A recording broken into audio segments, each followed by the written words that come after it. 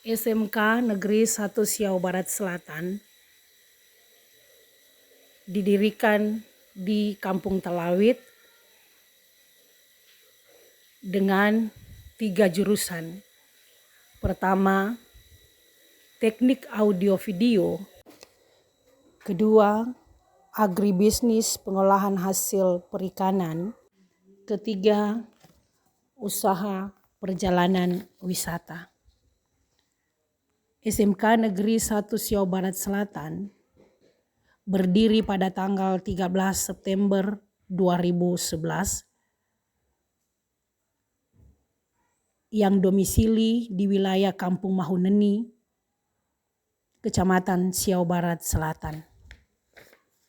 Awal pembangunan gedung sekolah terdiri dari 1 ruang kelas dan 1 kantor dengan siswa angkatan pertama berjumlah 27 orang, laki-laki 24 orang, dan perempuan 3 orang, di bawah kepemimpinan pejabat kepala sekolah Bapak J. Midame SPD yang pada waktu itu selaku kepala sekolah SMK Negeri 1 Siau Timur.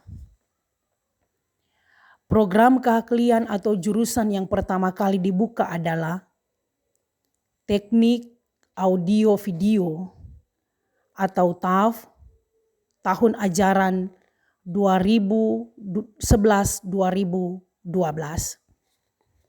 Guru tetap pertama adalah Bapak Budi Katemung SPD sekaligus sebagai ketua jurusan dan dibantu oleh beberapa orang guru dari SMP Negeri 1 Siau Barat Selatan. Pada tahun 2012 bulan Februari oleh pemerintah Kabupaten Siau Tagulandang Biaro melantik kepala sekolah SMK Negeri 1 Siau Barat Selatan atas nama Ibu Dr. Randa E. Sabaru sebagai kepala sekolah definitif. Pada tahun ajaran 2014-2015,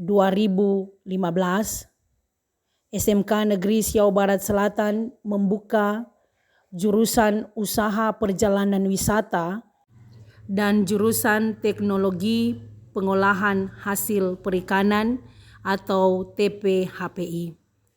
Tongkat kepemimpinan kemudian dilanjutkan oleh Bapak Joice Roti STH MSI pada bulan April tahun 2014 sampai sekarang. Dan teknik pengolahan hasil perikanan TPHPI diubah menjadi APHPI.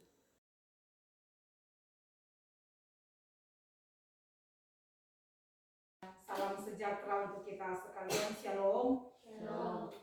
Shalom. Shalom. Di pagi ini kita akan masuk dalam materi pembelajaran bertumbuh dewasa dan semakin berhikmat. Sebelum kita masuk dalam materi, dipersilakan kepada satu siswa untuk membawa kita dalam doa. Silakan.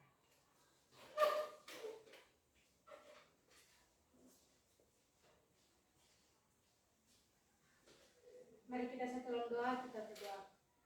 Tuhan Yesus, Guru yang agung, inilah kami anak-anak-Mu yang ada di tempat ini, membawa sembah dan syukurnya kepadamu, karena hari ini kembali kami belajar, kami mohon Roh Kudus-Mu menyertai dan menuntun kami. Dalam nama Tuhan Yesus, kami berdoa dan bersyukur kepadamu. Amin. Amin. Terima kasih kepada Reka Adevia Mabu.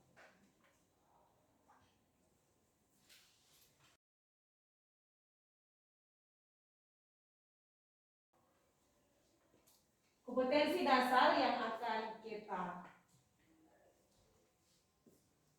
ikuti dalam pembelajaran ini adalah menganalisis ciri-ciri pribadi yang terus bertumbuh menjadi dewasa, membuat karya yang berkaitan dengan ciri-ciri pribadi yang terus bertumbuh menjadi dewasa, Kemudian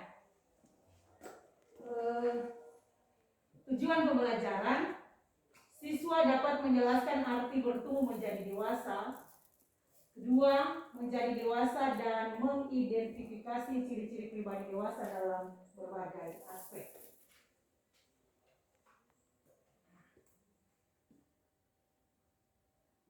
Kalian mengamati gambar yang ada ini. Ini gambar tentang pertumbuhan manusia mulai dari lahir sampai dengan sudah tua, nenek dan opa. Pengertian bertumbuh dewasa dan berhikmat. Nah, Ibu mau tanya dulu, apa itu dewasa?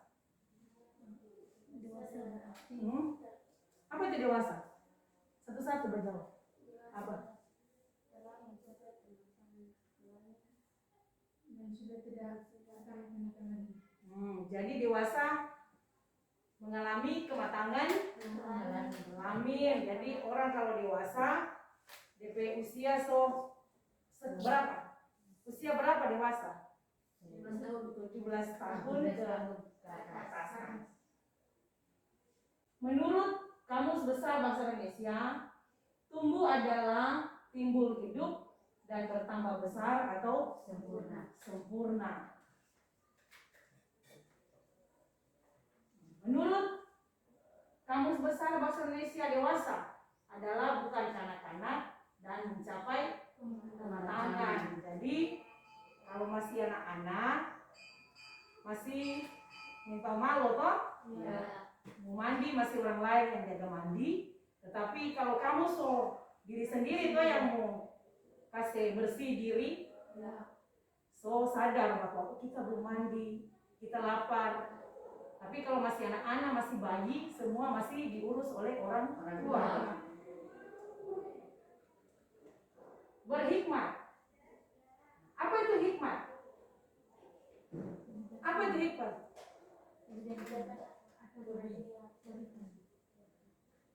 Hikmat. Orang kalau berhikmat berarti dia dewasa berpikir dan bertindak. Dia boleh memilah mana yang baik dan mana yang tidak baik. Mana yang harus dia lakukan dan mana yang tidak harus dia lakukan. Diskusi kelompok, Ibu bagi berapa nih? 2 kelompok. Anda bertiga, Anda berdua. Silakan Anda diskusikan tentang apa itu aspek fisik, apa itu aspek intelektual atau berpikir, apa itu aspek emosi, aspek sosial, apa itu aspek moral, apa itu aspek spiritual. Ini loh.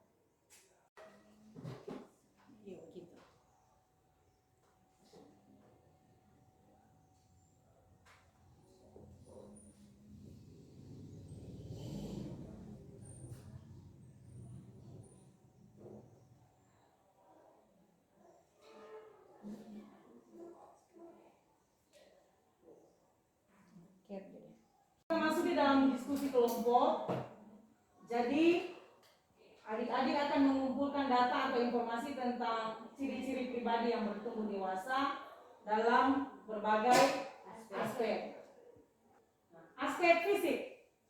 Dewasa secara jasmani artinya sudah mengalami pertumbuhan tinggi dan berat badan secara maksimal dengan gizi yang memadai.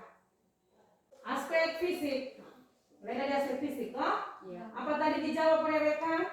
Dewasa secara jasmani artinya sudah mengalami pertumbuhan tinggi dan berat badan secara maksimal dengan gizi yang memadai. Jadi aspek fisik itu sudah mulai kelihatan, dia mulai tinggi, mulai besar. Kalau laki-laki dia ada fisik yang berubah, seperti ada kalau orang bertumbuh dewasa, DP suara pasti akan berubah toh. Ya. Dari anak-anak ke remaja, dari remaja ke dewasa itu DP taraf suara itu ada dia punya perubahan. Begitu juga kalau perempuan buat dada toh. Ya. Nah, sudah mulai ada toto. Kalau laki-laki sudah mulai berotot, nah, sudah mulai tumbuh kumis. Jadi seperti itu. Itu tuh aspek fisik. Aspek intelektual. Berpikir kritis artinya mampu menganalisis segala sesuatu.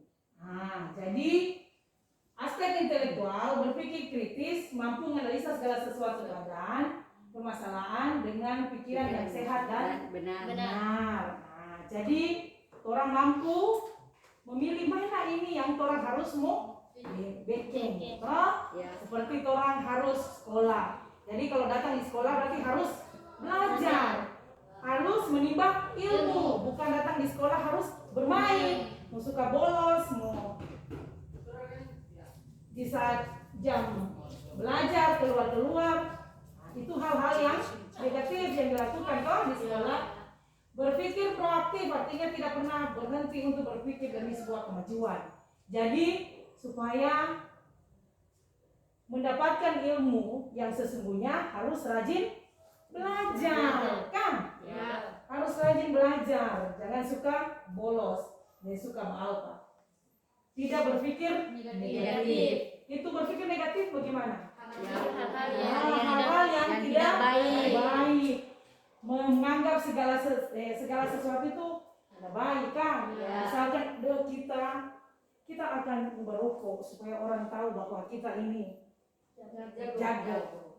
Itu tuh berpikir yang negatif. Kita lebih baik di saat guru ini mau masuk, sudah kita mau masuk. Lebih baik kita bolos. Nah, itu tuh berpikir yang negatif. Jadi orang dituntut supaya orang jangan melakukan hal yang tidak baik. Itu sangat merugikan diri sendiri, bukan merugikan orang tua. Berpikir komprehensif adalah berpikir terbuka, tidak eksklusif. Di dalamnya ada sikap menghargai pemikiran orang lain. Nah, jadi terbuka dalam keadaan toh. Nah, misalkan ada teman yang mengalami masalah. Nah, jadi orang harus membantu.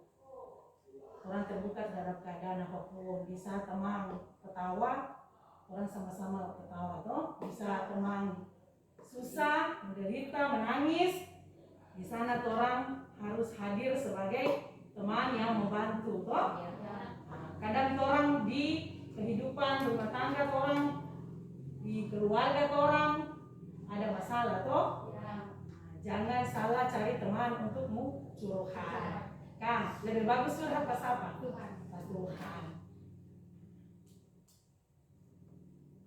Aspek emosi.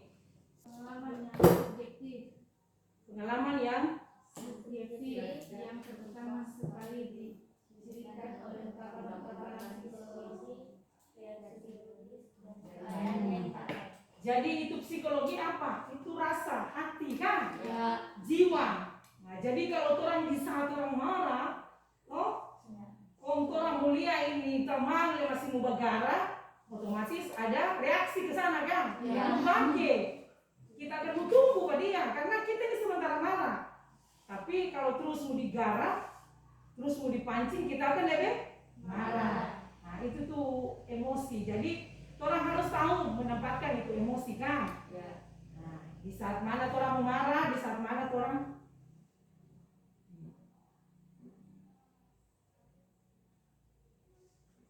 ini aspek sosial. Jadi di orang kehidupan pasti ada tetangga. Di orang kehidupan pasti ada teman, sahabat, kerabat, kan? Yang orang hari-hari temui. Dimanapun orang ada, orang yang hidup sendiri toh. Orang hidup bersosial. Ada banyak orang di sekitar kita. Jadi bagaimana kita menempatkan kita sebagai siswa di tengah-tengah persekutuan dengan orang lain. Jadi tadi itu harus berpikir yang positif, melakukan hal yang positif. Kalau orang berpikir positif, otomatis yang orang lakukan adalah hal yang baik. Nah, ini aspek sosial yang Tuhan ajarkan bagi kehidupan. Dia punya murid-murid yang sampai sekarang harus orang contohi, orang lakukan kan? Nah, jadi sedangkan Tuhan rela membasuh kaki dari murid-murid. Artinya hidup itu saling menolong, saling melayani, saling mengasihi, menghargai satu dengan yang lain, dan ada rasa kebersamaan paling utama kan? Ada rasa kebersamaan, rasa sepenanggungan. Kalau di kehidupan orang di sekolah di sini, orang merasa memiliki ini sekolah, sehingga kalau orang mau bercerita tentang terapi sekolah, orang akan tersinggung nggak? Tersinggung. Makanya apa yang orang lakukan harus hal yang baik. Nah, supaya di kalangan masyarakat orang mampu tanamkan orang ke kehidupan yang memang inilah orang sebagai siswa SMK Negeri 1 Siau Barat Selatan yang berbudi pekerti hebat. Aspek moral, apa itu aspek moral? Memiliki kemampuan untuk membedakan mana benar dan mana yang tidak benar.